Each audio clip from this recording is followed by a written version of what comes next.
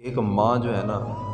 9 महीने जब बच्चे को अपने पेट में रखती है, फिर उसको पैदा करती है, तो ये टाइम पीरियड जो है जो उसने गुजारा, हुजूर पाक अलैहिस्सलात वस्सलाम ने इरशाद फरमाया कि एक गाज़ी जो है उसके जितना सवाब उस औरत को दिया जाता है जो एक बच्चा पैदा करती है। और एक औरत जो सारी रात अपने बच्चे को संभालती है, सर्दियों में बच्चों को गर्म जगह पे रखना, सारी रात माँ अपने बच्चों का ख्याल करती है।